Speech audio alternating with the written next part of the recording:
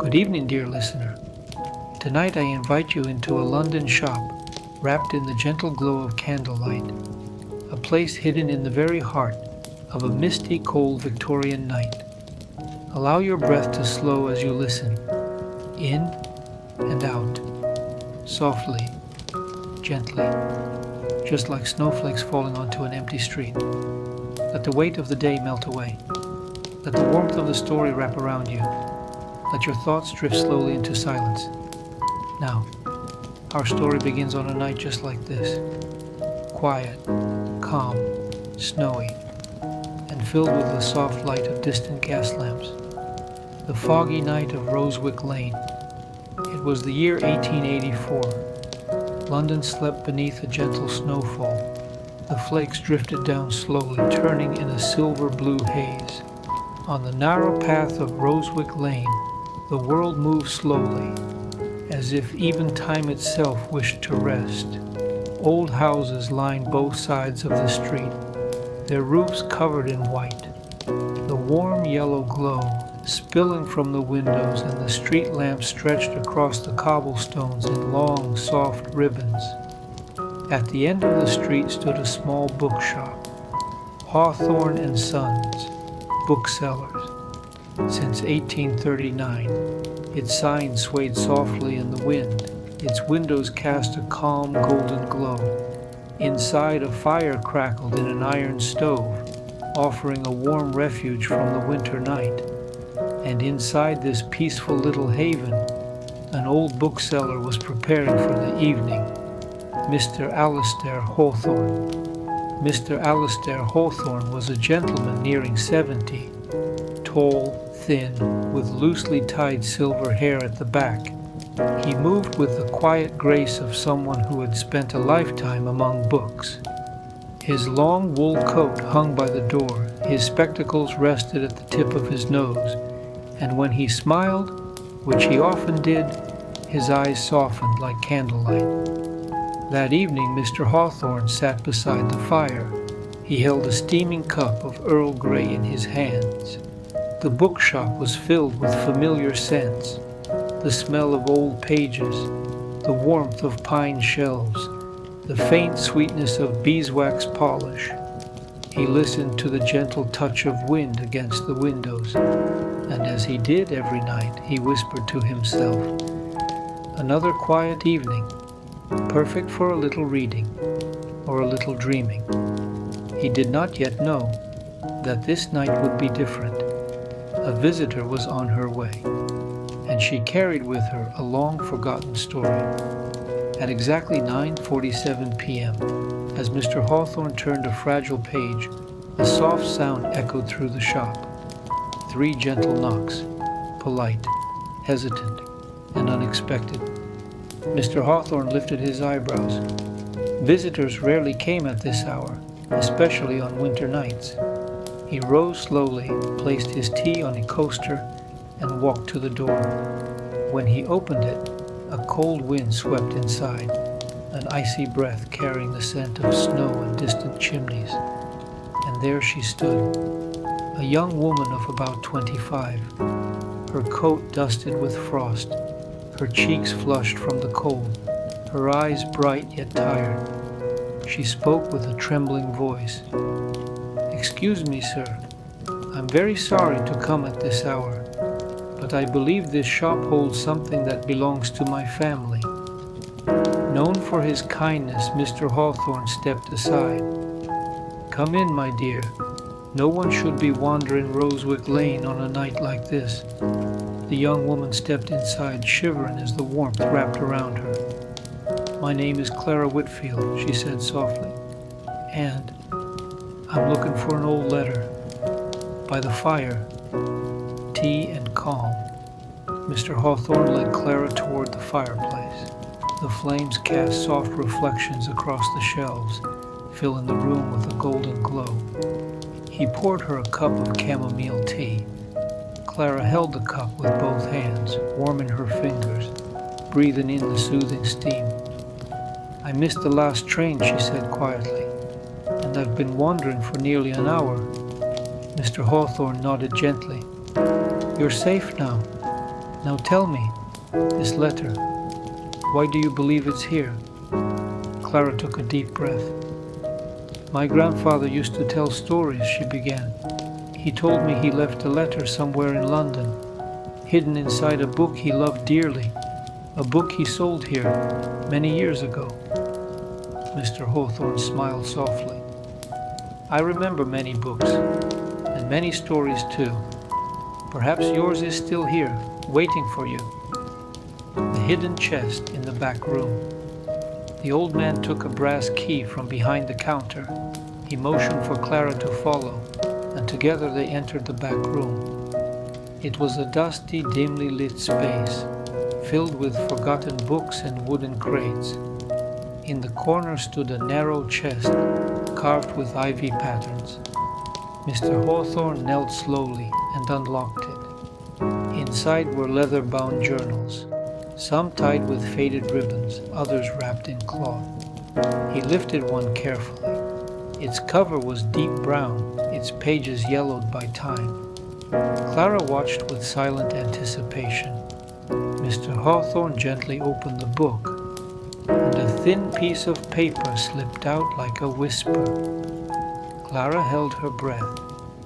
She picked up the paper with trembling hands. This is it, she whispered.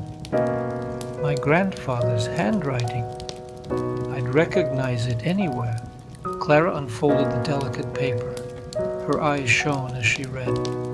My dear Clara, when the world grows heavy, seek the quiet places. Seek the stories, for stories will always guide you home. Warmth filled Mr. Hawthorne's chest. Your grandfather was a wise man, he said softly. Clara nodded. He always wanted me to continue his work. He was a storyteller, a wandering writer. She paused. But I never had the courage. I suppose that's why I came here tonight. Mr. Hawthorne gently placed a hand on her shoulder. My dear, sometimes the paths we fear the most are the ones that call to us the loudest. Night deepens. Warmth grows. The storm outside was softening. Snowflakes drifted past the window like feathers. Inside, the fire glowed steady and warm. Clara leaned back in her chair.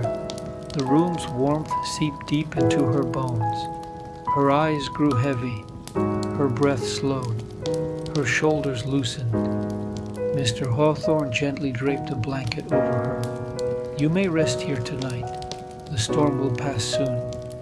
Clara murmured a quiet, thank you, and slipped peacefully into rest. The old bookseller sat before the fire, watching the embers glow. The peace of the moment settled over him, slow, warm, serene. Outside, snow blended into silence. Gas lamps flickered calmly. Rosewick Lane slept. As the night deepened, the bookshop became the quietest place in the world. Only the slow tick of a distant clock remained. Steady, reassuring, carrying the listener gently towards sleep. Mr. Hawthorne whispered into the room, though Clara was already asleep. Every traveler finds their way, with a little warmth, a little kindness, and a little story. The fire softened into glowing embers. Snow continued to fall silently outside in endless waves. Clara dreamed peacefully, wrapped in warmth and safety.